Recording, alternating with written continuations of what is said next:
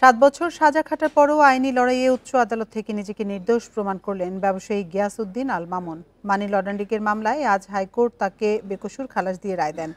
দুপুরে বিচারপতি এ.কে.এম. আসাদুজ্জামান ও বিচারপতি সৈয়দ এনায়েত হোসেনের বেঞ্চ রায় দেন। 2019 সালে এই মামলায় বিচারিক আদালত গিয়াসউদ্দিন আল মামুনকে 7 বছরের সাজা, 12 কোটি টাকা অর্থদণ্ড ও 6 কোটি টাকা বাজেয়াপ্ত করেন। আইনজীবীরা জানান, গিয়াসউদ্দিন আল মামুন নিজেকে সব সময় নির্দোষ দাবি করলেও আওয়ামী লীগ সরকারের সময় তিনি ন্যায় বিচার পাননি। তারেক রহমানের বন্ধু হওয়ায় তাকে হয়রানি ও নির্যাতন করা হতো। আইনজীবীদের মতে, উচ্চ আদালত থেকে খালাস পাওয়ায় প্রমাণ হলো তাকে মিথ্যা অভিযোগে সাজা দেওয়া হয়েছিল।